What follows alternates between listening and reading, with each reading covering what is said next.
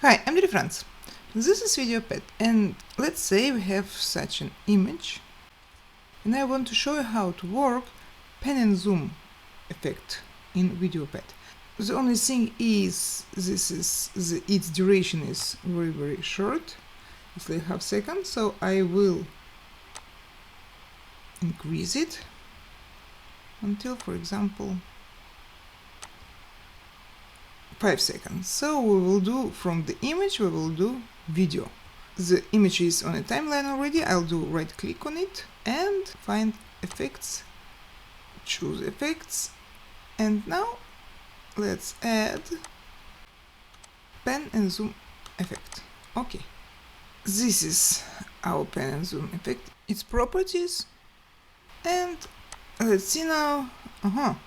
There are a lot of possibilities. Pan left to right. Okay, let us choose, for example, pan right to left, 200% zoom. And preview effect is chosen to see how it works. Interesting. Or, for example,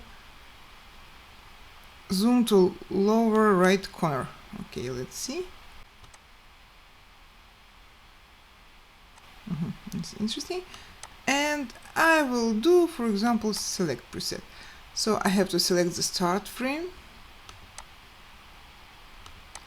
You see the rectangle, and we have to, by moving these points, to choose the area what will be the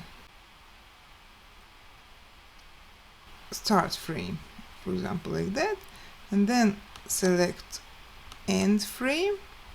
Let us move this rectangle. I holding left click of my mouse and drag and dropping this rectangle, and while choosing the point, I'm dragging and dropping and increasing the area of my rectangle. Let's see now what we did.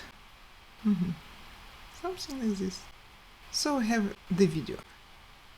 Right now in a preview window it's a little bit like not very smooth movement, but later when you export the video and it's like video, it will be better. Thank you. Bye.